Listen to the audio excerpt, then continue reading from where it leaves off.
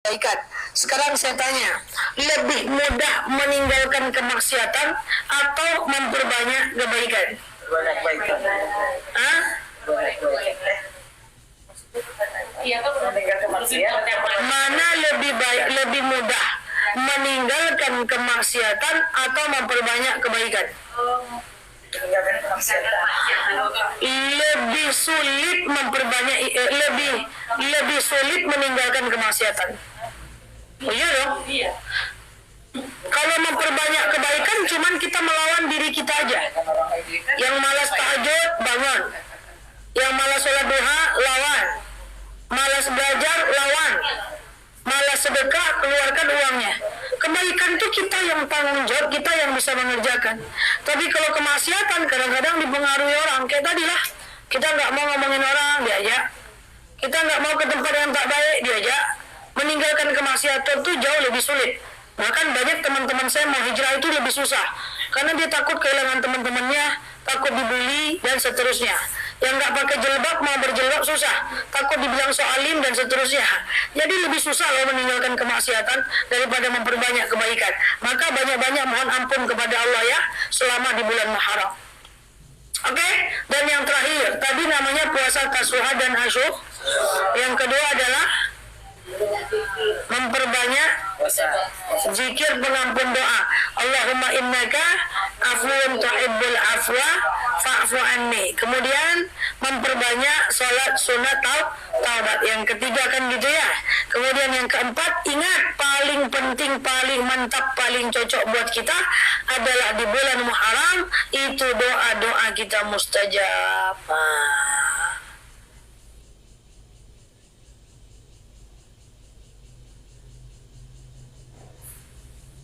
Satu bulan loh, doa mustajab loh.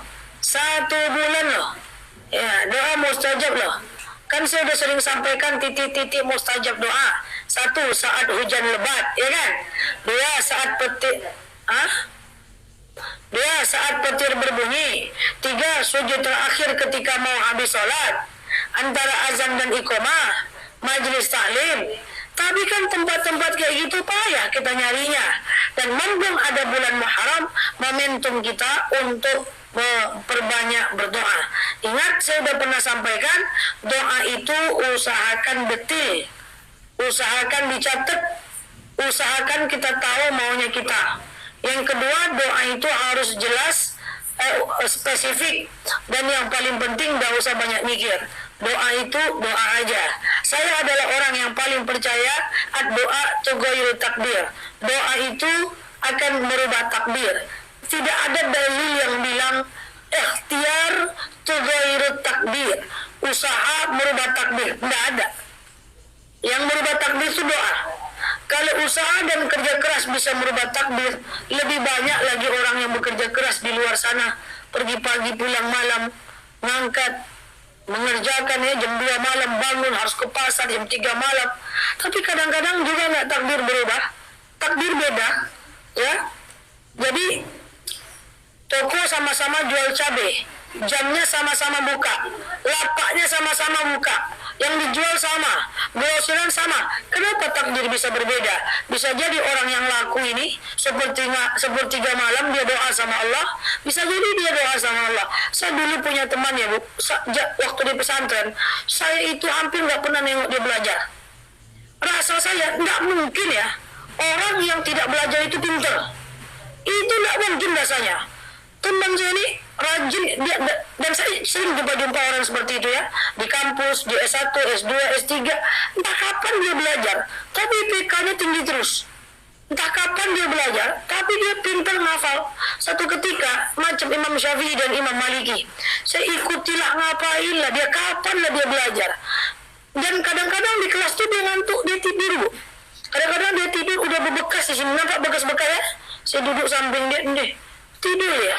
Pas disuruh maju ke depan, silakan kamu karena tidur kerjaan di depan. Dikerjainnya sambil ngantuk-ngantuk. Rupanya apa katanya? Ini Bu. Langsung gurunya bilang, ini jawabannya benar. Kok rumusnya beda dengan yang aku ajarkan? Ini rumus paling gampang Bu. Saya punya loh teman ajaib-ajaib seperti itu. Dan nggak mungkin dia nggak belajar.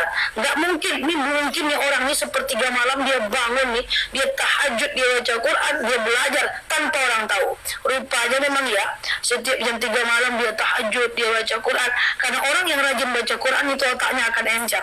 Coba ditengok, yang penghafal Quran rata-rata juara kelas. Otaknya makin sering dia ngafal, makin encer. Makanya otaknya dipakai.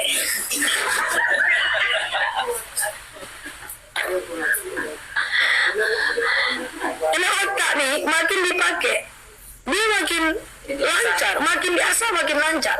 Coba ya, aktivitas juga gitu. Orang yang biasa di rumah aja, biasa di kantor nggak kemana-mana, selagi dia sekali 2 kali aja dia keluar, dia kan capek. Orang saya baru dengar telepon teman saya, Nel, iya, dia kayak mana lah jadi kamu tuh Nel, ngapa? Dari sini ke sini, dari sini ke sini, dari sini ke sini. Emangnya kenapa kak? Dia bilang, saya ngajar di 1 kampus, hari ini saya nguji skripsi di 2 kampus, pingsan 2 hari nggak sanggup ngapa-ngapain. Cuman 2 kampus aja dia muter 1 hari, karena nggak terbiasa. Jadi fisik itu juga dibiasakan, otak juga dibiasakan. Makanya otak dipakai, biar dia gampang belajar. Makanya jangan nganggur otaknya. Makanya apa? Kayak yang pernah saya bilang, salah satu cara supaya terhindar dari pikun adalah belajar yang susah.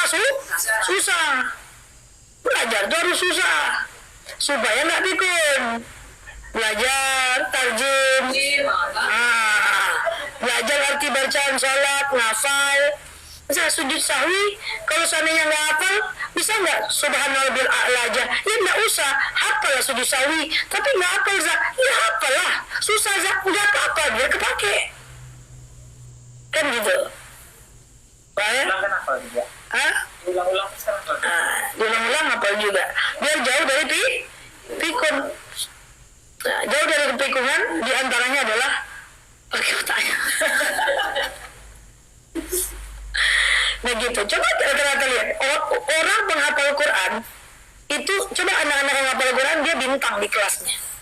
Kalau pikir-pikir kan udah capek, udah penuh kepala otaknya untuk ngapal Quran, nggak sempat lagi dia memikirkan algoritma, trigonometri, IPS, IPA. Kenyataannya tidak. Rata-rata mereka makin tinggi hafalannya dia makin juara karena otaknya udah terbiasa, ya kan?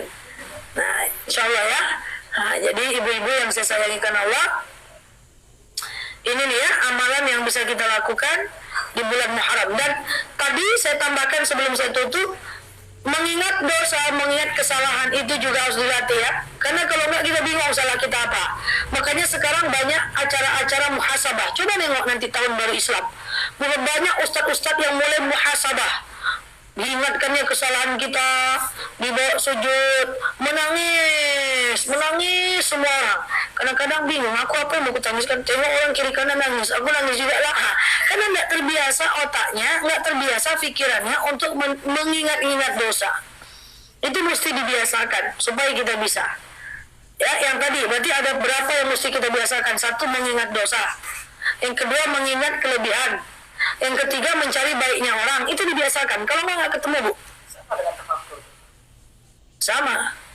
Tafakkur, muhasabah. Tafakkur itu artinya berpikir. Muhasabah itu artinya menghisap, mengukur. Sama aja. Nah, ingat-ingatlah. Cobalah tes mengingat kesalahan diri itu susah loh.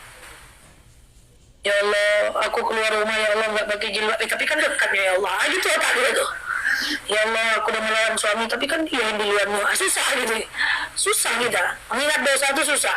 Kita akan reject. Karena kita ini manusia, egonya tinggi. Ya Allah, maaf ya Allah, saya kesal dengan teman saya. Tapi kan dia duluan ya Allah. Itu susah ya. Ada di relung hati itu merasa seperti itu. Jadi harus dilatih untuk mengingat dosa. Ya, oke? Terima kasih. Ada mau tanyakan dalam dan luar tema, silakan. Kalau tidak, kita cukupkan. Kalau 1 Muharram itu puasa nggak? Enggak.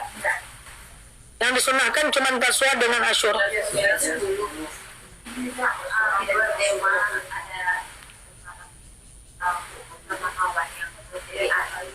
Apa?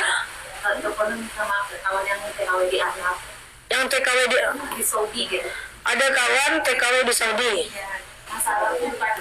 Kurban.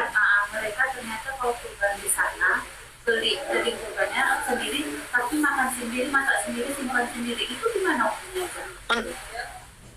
Beli daging kurban sendiri, beli unta, Iya, dari kurban mereka makan sendiri, simpan sendiri. potong sendiri, makan sendiri, simpan sendiri, nggak kasih orang. Salah. Daging kurban itu harus bagi 3. Sepertiga untuk kita, sepertiga untuk orang miskin, sepertiga untuk orang kaya, untuk orang-orang lain. Makanya dia katanya apa yang udah jadi adat. Nggak, itu mungkin sebagian kota aja. Bahkan ada di Indonesia ini sebagian yang tidak berkurban tak dapat daging. Kan awak? Bukan yang tidak berkurban, maaf. Yang kaya. Yang kaya nggak dikasih. Padahal tidak, orang kaya harus dapat, kan sepertiga.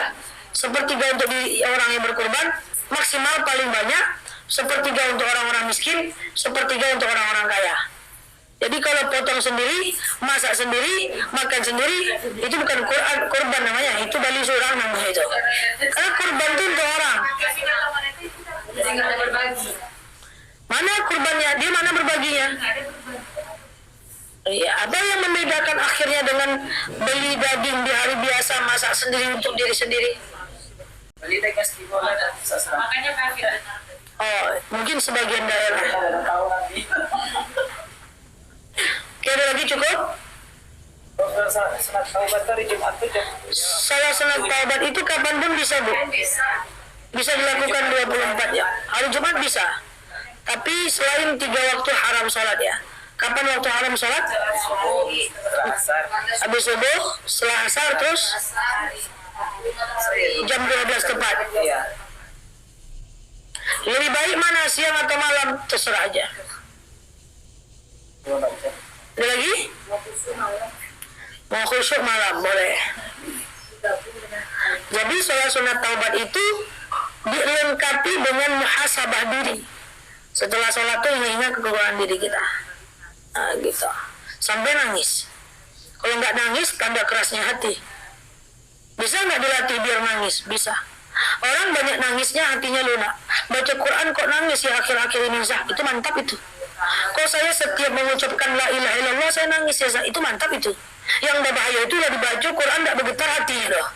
Nah, karena ada tulisan akhir-akhir ini saya baca Quran selalu nangis, itu tanda dapat hidayah. Ciri-ciri hidayah itu akan masuk. Ustazah saya itu kalau sholawat suka nangis. Ustazah saya itu kalau dengar ceramah suka nangis. Ustazah saya itu kalau dengar orang baca Quran suka nangis. Itu ciri-ciri move. Ya, ciri-ciri akan move. Jadi ada getaran di hatinya, kan itu hadisnya, ayatnya. Ya, lahum hatinya akan bergetar. Zadat hum iman, hatinya akan berkedar, imannya akan bertambah. Itu justru bagus ya. Yang bahaya itu nggak nangis-nangis. Terlalu banyak ketawa, sedikit menangis. Maka ketawa jangan banyak, Pak. Ketawa ala kadarnya aja. Ceria boleh, biasa-biasa aja. Ya ada porsinya. Terlalu sering ketawa dan ceria-ceria nggak jelas, akhirnya membuat hati kita menjadi terlalu keras. Ya, ketawa itu mengeraskan hati. Jadi boleh ketawa tapi secukupnya. Nangis boleh diperbanyak mengingat dosa. Oke? Ya. Cukup ya? Ada lagi?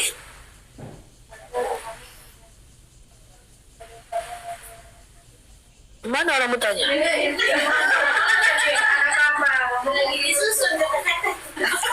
Apa-apa? Oh, jadi mau bertanya, begini dulu. Susun kata-kata dulu. Oh, bikin teks untuk bertanya. Ina tuh kan anak Ina yang 1, 2, 3 tuh kan lasok, dan jarak mereka kan sampai 2 tahun. Jadi harus gitu deh, sabar. Anak itu tinggal aja lagi, harus sabar. Ujung bisa lagi tuh Ustazah. Kayak mana tuh Ibu ngapain? Anak jarak 2 dengan 3. Udah sabar, tahan. Bertingkah lagi, tahan. Dia berkelahi, main pukul-pukul. Disayang satu, yang satu marah. Disayang satu marah. Akhirnya Ibu marah. Nah, sekarang masalahnya marah Ibu kayak gimana coba? Ngamuk-ngamuk sendiri. Gitu. Kenapa kok Nina? Sabar kan. Nina tadi dan dia mau sabar. Udah niatnya mau sabar. Sabar bukan berarti tidak menasihati, Bu. Boleh aja. Ngapa kalian ini ribut aja kalian, berantu-antu kalian itu boleh. Oh, boleh. Yang nggak boleh itu ndek kelakuan kona kayak bapak kona. Jadi saya bilang sabar bukan berarti anak berantem ibu diam. Anak berantem, santuy lah, sabar, nggak gitu konsepnya. Sabar itu anak berantem tetap dinasehati. Tetap aja dinasihati, tapi nadanya agak tinggi, nggak ada masalah, itu tanda kita manusia. Baik kok kalian berantem nih, baik-baiklah kalian nak, jangan bikin pusing mak nak. Jadi orang baiklah kalian nak, jangan gigi terus nak, mau sampai kapan nak, kalian tuh bersaudara nak, itu boleh. Nggak boleh itu macam hantu lah kalian berdua nih nak. Kalian ambil pisau bunuh-bunuhan lah kalian nak, mana mati duluan mama kuburkan, nah itu nggak boleh. Ya. Ini tergantung redaksi kata-katanya apa. Saya bilang sabar bukan berarti diam, karena sabar itu bukan berarti diam. Sabar itu adalah merespon sesuai dengan porsinya. Paham ya? Jadi jangan mentang-mentang saya bilang sama anak, sabar sama anak terus ibu nggak ngomong. Ya, dan memang anak tuh memang masanya kecil, memang masa berantem. Emang dulu ibu udah berantem? Ibu ini parah lagi. Nah itu bagus. Cepatlah kalian besar nak. Kalau ada obat besar beli ya. Kalau ada obat tuh coba besar beli. Coba tengok nanti. Bisa jadi besar tetap ada ujian. Ujiannya apa? Nggak ada putus bro. Tanggung jawab orang tua sama anak mana pernah putus. Udah besar dia, kita kira bakal baik dia. Enggak juga. Yang perempuan udah besar dia, kita kira dia menikah lepas tanggung jawab kita, bertambah dengan cucu. Nah. Pengalaman. Tapi yang namanya itu tak luput dari ujian. Iya. Rawat dia anak gini. Iya, ujian dengan anak sekarang masalah ini. Kurang ujian kita beda-beda. Iya, jadi dia sabar bukan berarti diam. Tetap menasihati, cuman yang saya khawatirkan saat marah dengan anak tuh, ngomong yang nggak baik itu. Makanya kenapa dibilang jangan marah? Karena setan tuh masuk kalau kita marah. Takutnya kalau setan masuk itu sudahlah. Kan salah satu pintu setan masuk dalam dada kita saat kita marah. Masuk setan tuh bekerja lah dia.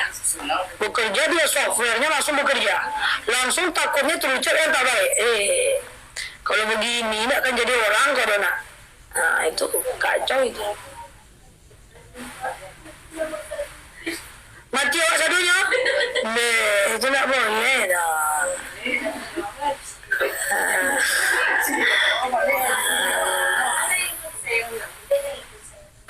Itu yang kita khawatirkan. Makanya kenapa ada konsep tahan marah, setan tuh masuk dia. Ambil wudhu langsung. Oi, Ambil wudhu aja langsung. ini aja diguyur ke dulu langsung. Yang dua itu diguyur. Kalau anak bisa dijawab. Ya lado tak. Bawa hati kalau jumpa dia. Oke? Dah? Oke. Doanya apa? Biar anaknya soleh, Rabbi habli minasa. Ya Allah, jadikan anakku anak yang sah. Lagi 1, 2, 3. Tuh ya, itu zikirkan setelah habis sholat.